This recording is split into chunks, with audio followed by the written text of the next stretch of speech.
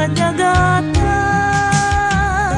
Apan ang Dios wa mabag-o sa tanan. Tinawag kita sa pagpangalagad kaniya, sa pagpuyong balaanon sa tanan nga panahon.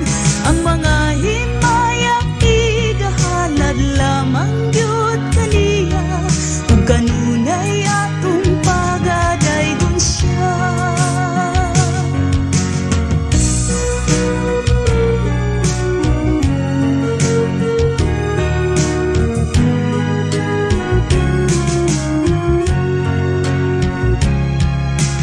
Maski asa mang dapit, nagkalahit-lahit ang sakit, apan ang Diyos wa malimot sa langit.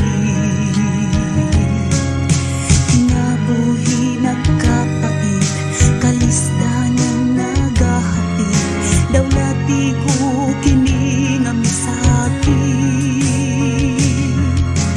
Daw bundog na ang tanan, ug way usang kaadtuan, apan dunay nasayod sa tanan.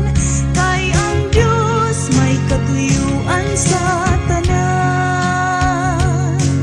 Tinawag kita sa pagpangalagad kaniya, sa pagpuyong balaanon sa tanan nga panahon.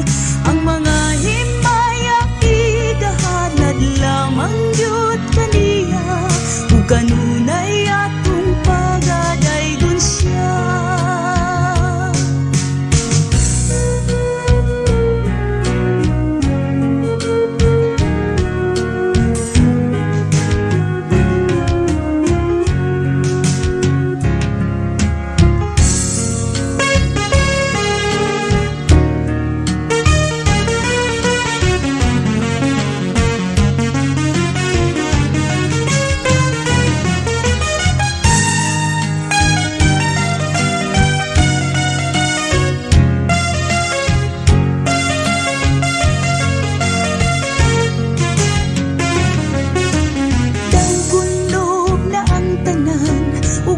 Usang kaadtuan, apan dunay nasayod sa tanan.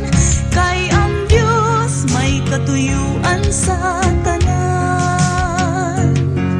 Tinawag kita sa pagpangalagad kaniya, sa pagpuyong balaanon sa tanan nga panahon.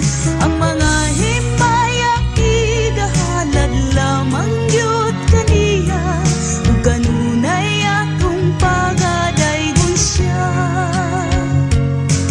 Tinawag kita sa pagpangalagad kaniya, sa pagpuyong balaanon sa tanan nga